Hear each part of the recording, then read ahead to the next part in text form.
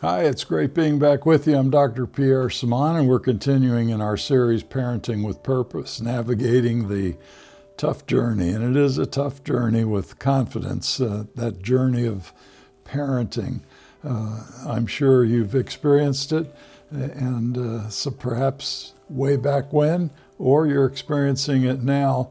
There's always something to learn. And even when we look back, and we kind of analyze what we've done or what we didn't do and all that, it actually makes us better today and helps us for future things like giving advice to the grandchildren and so on. Before we get into the subject today, I want to bring up the new release of my book, Unmasking Addiction. There are a lot of key themes that have come out in the book, and one of the key messages or themes is holistic and faith-based recovery. Unmasking Addiction offers a comprehensive approach to overcoming addiction, addressing the mind, the body, and the spirit. So it's that whole part of us.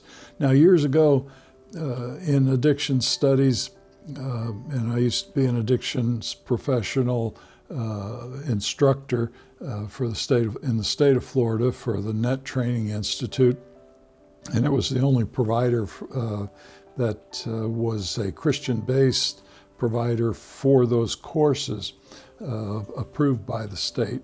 And what I learned was in the past, they didn't address everything. They would only address the addiction part. They wouldn't address the mind. They wouldn't address the body or the spirit. They would just address the behavior of addiction. Well, they didn't do very well with all that over the years. And then as they started to incorporate the holistic approach of mind, body, and spirit, recovery rates increased.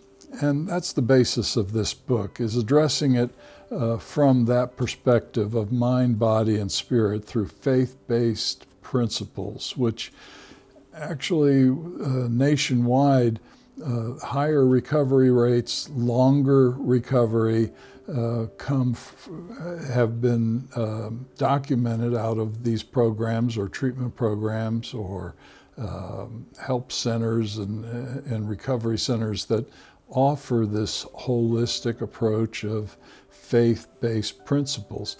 This theme highlights the integration of spiritual guidance with practical recovery strategies, emphasizing the importance of that holistic approach. So don't get scared of the word holistic. It just means taking in mind, body, and spirit, not just one aspect of the problem, because then there's going to be more relapses because you didn't take in all the other issues that needed improvement as well.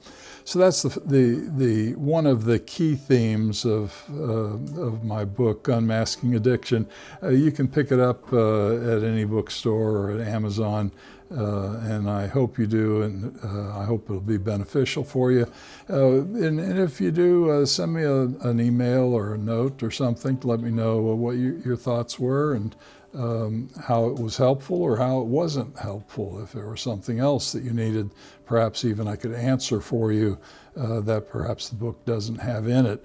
Well, Achieving Patience in Parenting, we're in part 4 of the essential qualities of effective parents, specifically talking about achieving patience in parenting. Previously, we've spoken of achieving empathy in parenting, and achieving consistency in parenting was the next topic. So we've been in this part, and we're at the end of this part, achieving patience, because it takes a lot of work to achieve patience, and we got to practice it. So we're talking about training today. How do we train for patience?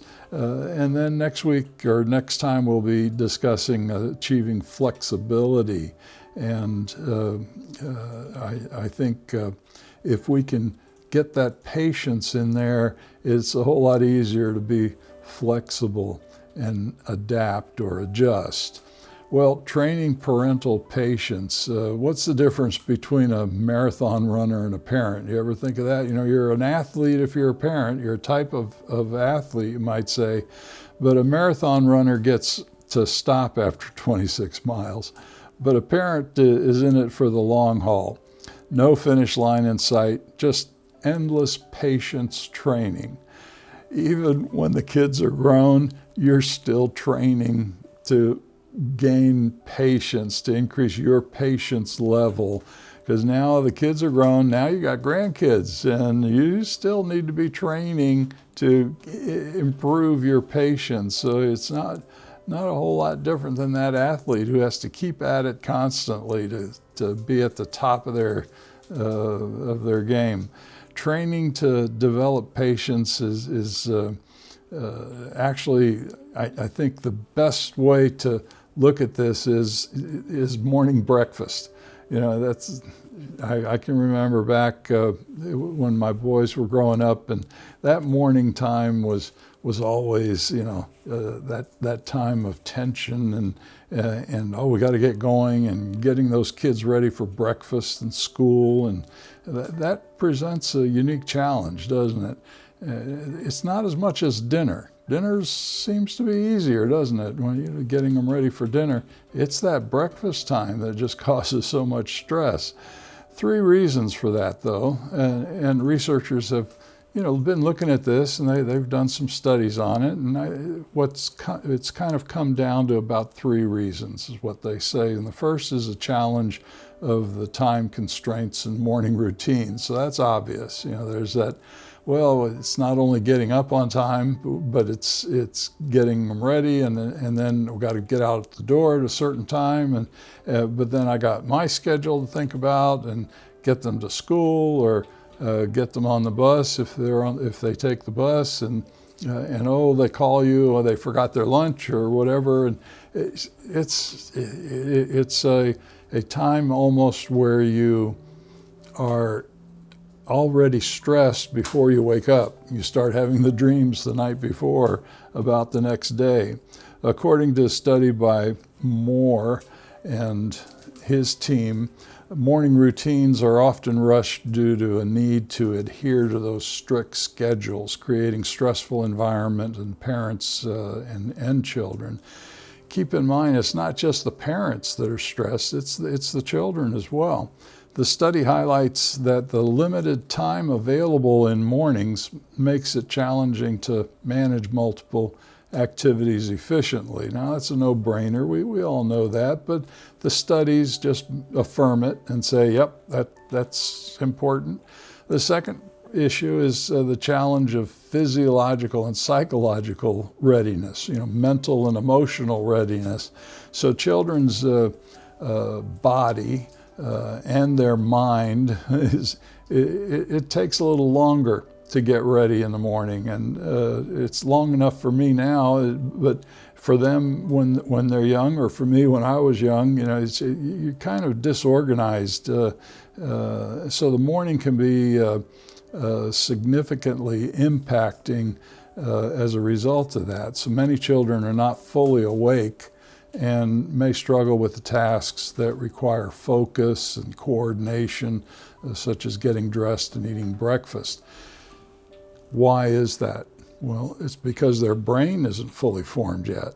Your brain is fully formed as a parent. You've got to compensate for that. Don't expect them to be just like you. You need to help them in the mornings, because their brain just is still small, and it's not even going to form the last pound of the brain until they're 16 years old, and then you're filling in the rest of the information until you're around 25 years old. So that means, as a parent, you've got to help compensate. You've got to help them along all those years.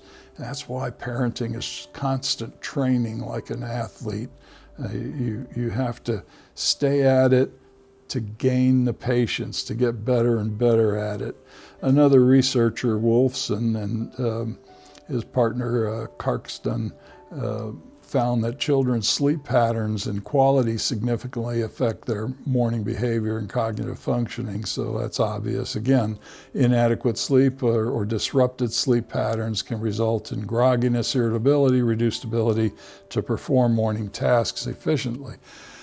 Some kids, when they go to bed, man, they sleep like a rock. I mean, they're down and that's it.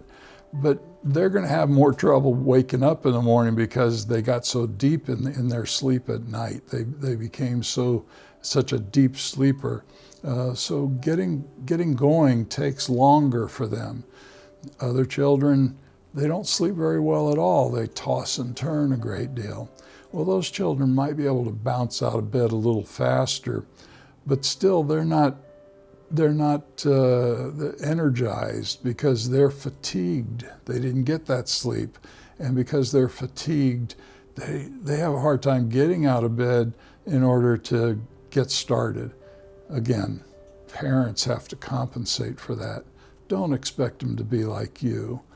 Help them out in the mornings. And that's why we're talking about this training today. And the third thought to keep in mind regarding this is the day's external pressures and expectations are challenged. So, and it's not only the kids challenged by going to school and their expectations, it's the parents' challenge of getting them ready and the work, the housekeeping, the errands, all those things that need to be done that are perhaps scheduled to do.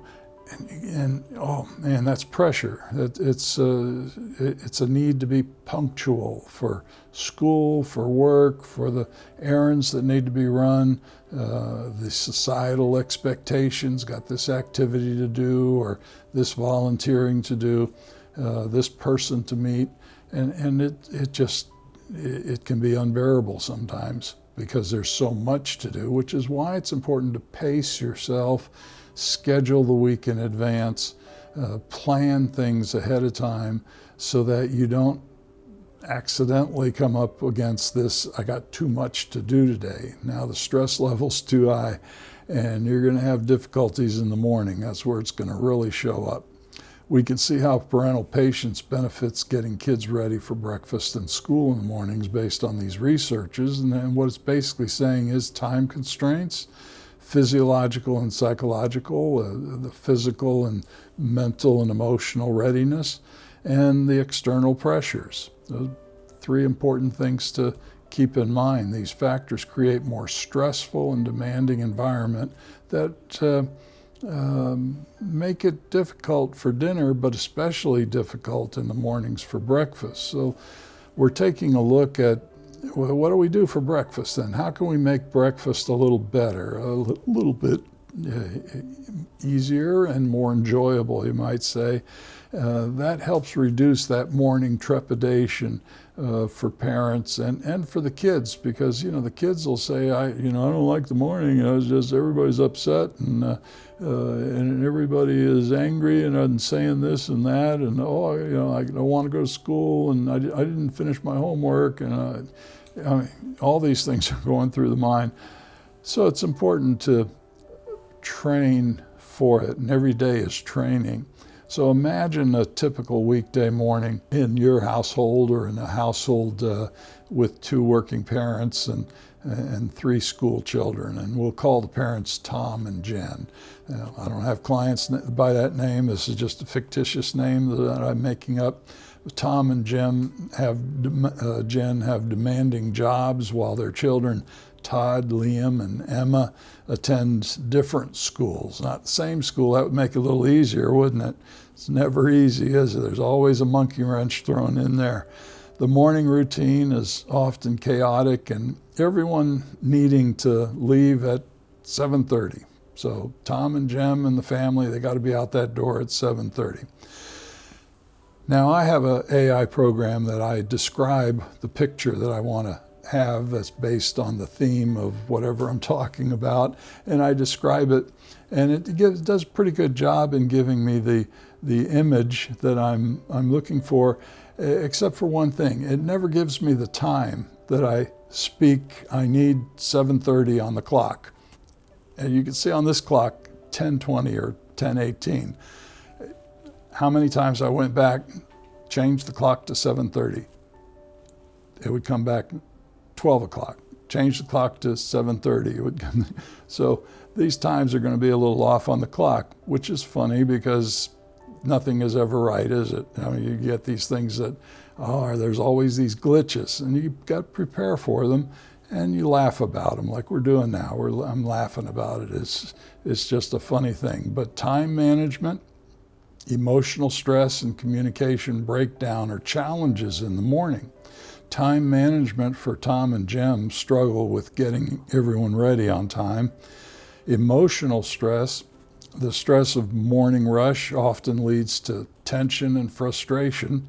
And the communication breakdown, miscommunication and lack of cooperation from children can exacerbate the situation, but also that miscommunication and lack of cooperation between Tom and Jem also can exacerbate the situation. If we look at this in a step-by-step illustration of achieving patience, how do we do this? Now, I often tell, and I recall when I used to be a counselor in the psychiatric unit of the hospital when I first started out. We had an adult unit, an adolescent unit, and a substance abuse unit. And I would work all three units. And in the substance abuse unit, so I would do groups, and in many of the groups we would talk about planning. How do you plan for the day? How do you get ready so that you reduce your stress? And I would put a clock on the board, numbers of the clock on the board, and we'd talk about, okay, here's stress at this time, and there's another stress at that time. Well, you can't do anything about that one at 3 o'clock, but the 2 o'clock one or the 1 o'clock one, you can make adjustments there. You can change things. So we reduce the stress that we're able to reduce, because there are some stressors that are just fixed. Getting out the door at 7:30 in the morning might be a fixed stressor. You can't change that. You're not going to change that. But you could change how do you prepare for that. And that would reduce the stressor, wouldn't it? Now, if you don't prepare, then it's just going to keep getting worse. It builds up. Frustration increases. Frustration is anger. Anger increases, it intensifies, and it turns into something more uncomfortable for some people, or it can be more aggressive in nature as frustration grows, like a volcano getting ready to burst.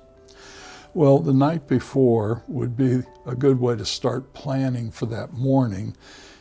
Tom and Jem's approach might be they begin by preparing the night before to mitigate the morning chaos. Now, how do you do that? Well, okay, you might get ready to get the kids ready, get their things ready the night before. Get them involved in helping to get ready. Don't you do it all, but be part of it. Get them to be part of the team. Get their school bags ready. Get the lunches prepared ahead of time. Get the clothing chosen ahead of time. Many times kids don't want to wear what you want them to wear, so give them options. What would you like to wear? You have a choice. Well, I don't know, because I got a big closet, a lot of clothes, so pick maybe 2 things out of the closet. Well, would you like this, or would you like this for tomorrow? Okay, yeah, I'd like that. And some will say, no, I don't want anyone, I want the other one that you didn't pick. Well, that's okay, don't argue with them about it. That's their choice, and you're teaching them to make choices and that they have freedom to choose, and you're okay with it. If you make a big deal out of it, there's just going to be frustration and stress, and that's going to increase into the next day. You don't want that. So, all right, that's being flexible. We'll be talking about that next time. So they involve the children in packing their school bags, laying out the clothing, and setting the breakfast table. A lot of people don't think about that ahead of time, but yeah, it's a good idea. Set the breakfast table the night before so it's all prepared, so you don't have to do that in the morning rush. This not only saves time, but it also teaches the children responsibility. So you're teaching them responsibility by getting them involved in doing this ahead of time. You're also training yourself in patience by systematically doing this. So by planning, Tom and Jim reduce the potential stress triggers in the morning, allowing them to approach the day with calmer mindset.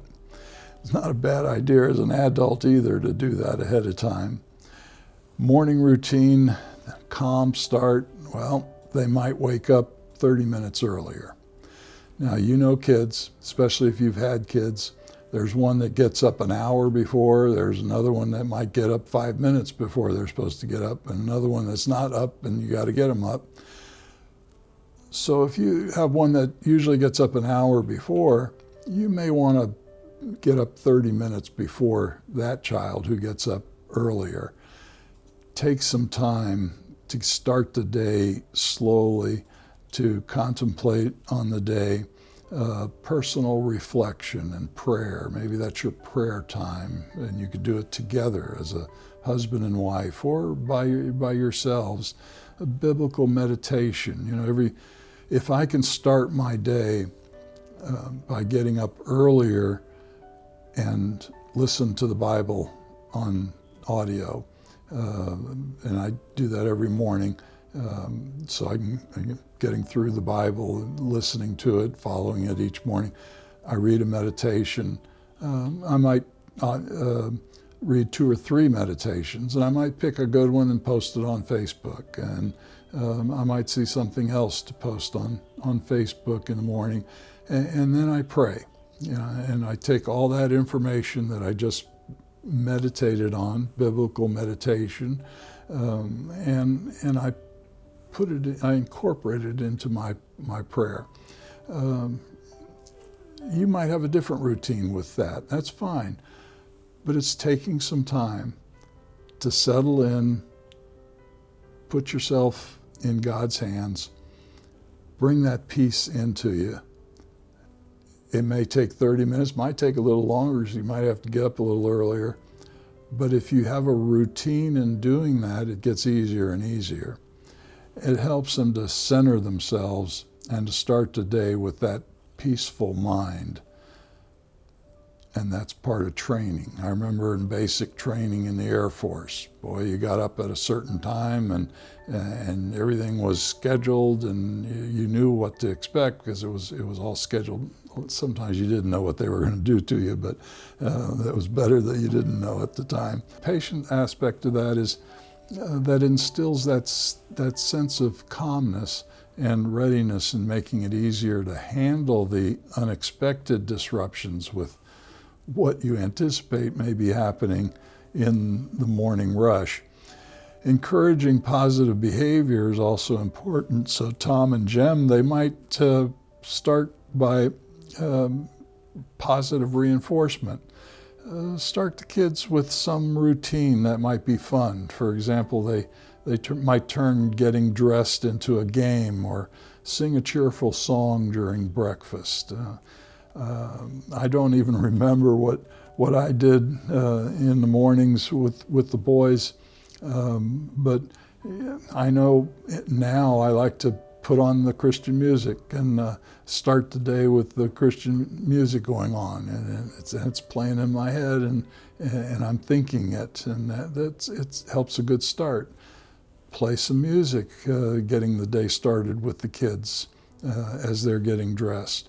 The patience aspect of that is by creating positive and engaging environment, Tom and Jem foster cooperation and reduce resistance from the children. So that minimizes stress and frustration.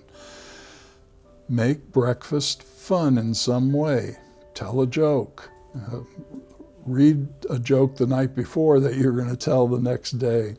Or think the night before, what would be a nice little activity to do for breakfast tomorrow, and carry that out. Make it pleasurable to be at the breakfast table, not stressful. You know, years ago, I was a volunteer, ministerial volunteer at a prison where we would have a retreat on, I think it was twice a year we had a retreat at that prison. And we were allowed to stay all day at the prison. And you might have heard me talk about this before, but mealtime was quiet. And the first time I was there, I asked the inmate that was next to me, I said, why is it so quiet in here? You're not allowed to talk. And he said, oh no, this is the most dangerous place in the prison. This is where you got to be real careful. So it's better just to eat quick and get out. And later I asked him why. And he said, because those meal times were the worst times for us at home. And if you look back on it and you think, and if you had friends that perhaps had tough times, they're going to tell you, yeah, you didn't want to eat dinner at home because, dad or mom or whoever, or the alcoholic parent, or the drug addicted parent, or the rageaholic parent, dinner was not a pleasant time, or breakfast was not a pleasant time. They would get their frustrations out at the mealtime, and you were trapped as a kid. And they remembered that. And so they would get already defensive whenever they were at a meal. And the prison, they were already defensive in the mealtime, and that they learned, just don't say anything, eat quick and get out. Well, I went off on a little tangent there, but that's why it's so important. Start the day off right. If you can have a good breakfast, a good time together in the morning, makes the dinner easier. And routine helps keep it going to where if it works out well in childhood, you're going to have an easier time during their adolescence because they've already learned that routine, which was a pleasurable routine, and they carry it through, and that makes breakfast easier during those adolescent years. So when Emma gets frustrated and struggles with tying her shoelaces, Jen kneels to her level, makes eye contact, and calmly helps her. It's not, well, you know how to do it, just do it. I'm busy doing this. What is that going to do? Now you've just lost 5 minutes, 10 minutes trying to calm her down. Wouldn't it be just easier just to help her with a smile? She uses encouraging words. The mother, Jen, uses encouraging words to reassure Emma that needing help is okay sometimes. It's nurture. All kids want to be nurtured. And when they stub their toe or they can't tie their shoelace, the angst tends to want to come up inside of them. They start to feel uncomfortable, and they look to you to make it safe. They look to you to fix it because you're their protector. You're the one who fixes things for them. You're the one they rely on as the parent. And when they look to you, I'm having trouble with my shoelace. Okay, well, let's take care of it. Here, let's do it together. And each time it'll get easier for you. And before you know it, it's done, and you can go back to what you're doing, and your child's happy and doing whatever they're doing. But if you say, I wish you would learn that, you're old enough that you can do that yourself. Just do it.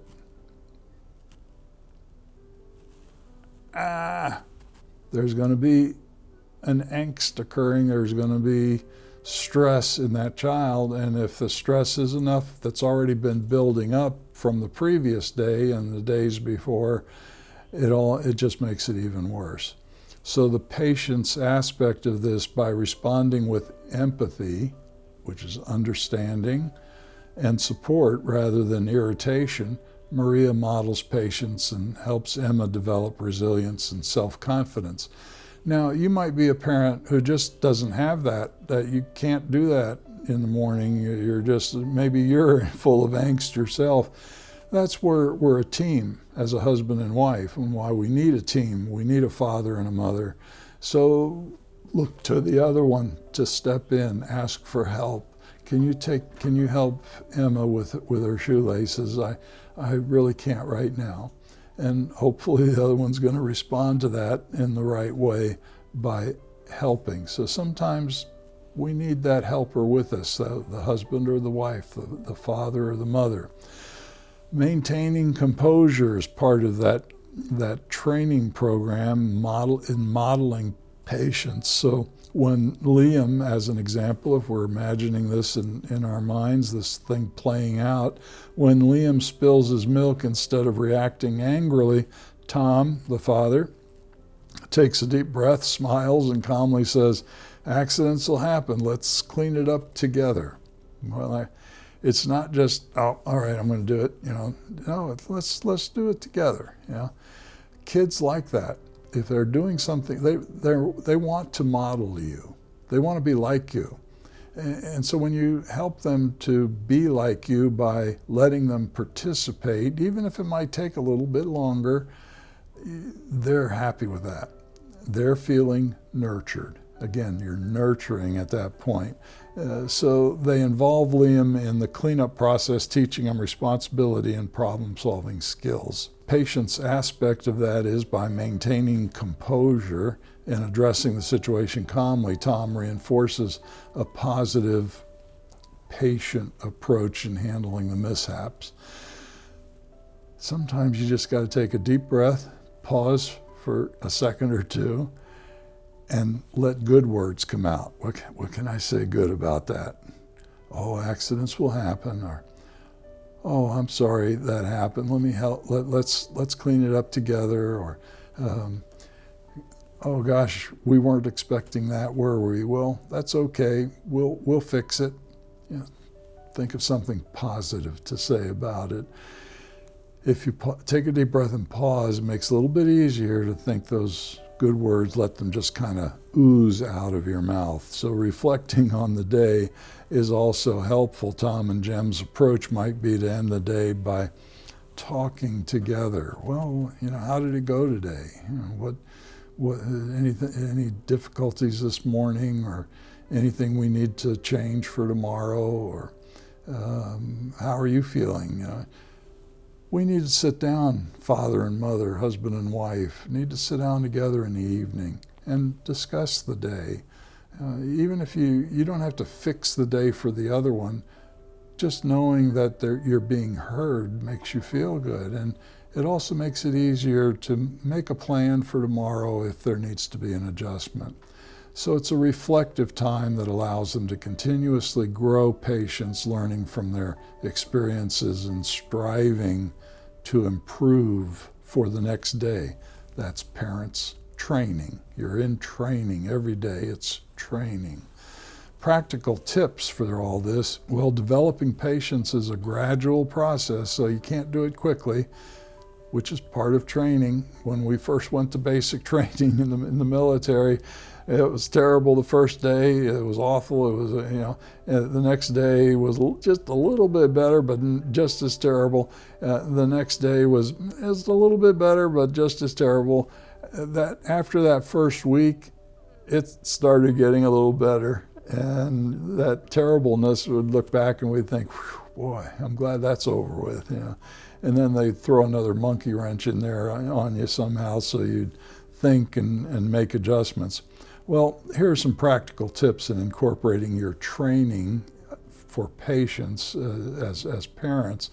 Create a routine. That's the first and most important one. And in the military, that's what they taught us right off the bat. There's a routine every day. This is what we do. Create that routine for yourself as a parent. A consistent routine gives children a clear understanding of what to expect, reduces uncertainty. They don't like uncertainty. You don't like the unknown. Most people don't like the unknown. They have a fear of the unknown. So can you imagine a child's fear of the unknown? Well, maybe it's greater, maybe it's less, but there's still a fear of the unknown. But if they know what to expect and they know what they're expecting is something positive, it's not going to be a horrible, terrible thing, now there's more certainty and they feel more at ease and they adjust better as a result of that. So there's benefits that occur because of that. Pause and reflect is another important process in making these adjustments. And like I said, sometimes you just take a deep breath and you pause for a moment before responding to those challenging parenting situations, take that moment. When we do that, we're not impulsive. It's the impulsiveness that sometimes can get us into trouble, most of the time gets us into trouble. If we think through something, it only takes a second or two sometimes just to think through something, we're more thoughtful and measured in our responses. Use positive reinforcement. Acknowledge and reinforce the cooperative and positive behaviors in the children to encourage their recurrence. So if you're using positive reinforcement, it's going to encourage it for the next time. Break tasks into smaller steps. I even do that today. If I have errands to run, I'm not going to try to do 3 or 4 errands in one day. I'm going to stretch it out. So I'll do 1 errand a day. If I have to do 2, I'm stretching it. Because as I'm getting older, I don't have that energy, and my back hurts and my neck hurts. And so, okay, I can do this other one tomorrow. Yeah. And then I'm more relaxed, I'm more at ease. Well, kids are no different, and you'll be no different as parents. So take those tasks and break them up if you possibly can. Breaking them into smaller, manageable steps can make them more approachable and reduce frustrations. Practice self-care as parents. You got to take care of yourself, and if you do, you handle those things better. So parents should prioritize their well-being to maintain the energy and emotional balance needed. If you're practicing that in your training as parents, the kids are watching and they're learning from you, and you're helping them to be able to practice it as well as they get older. Start by engaging in hobbies or activities that require sustained attention or focus, whether it's gardening, knitting, or puzzles, or gaming, or whatever it might help. But be careful with whatever it is that it doesn't become an addiction. A habit is okay, but habits tend to turn into compulsions, forceful urges to do it, and compulsions can easily turn into addictions. So we want to manage those things.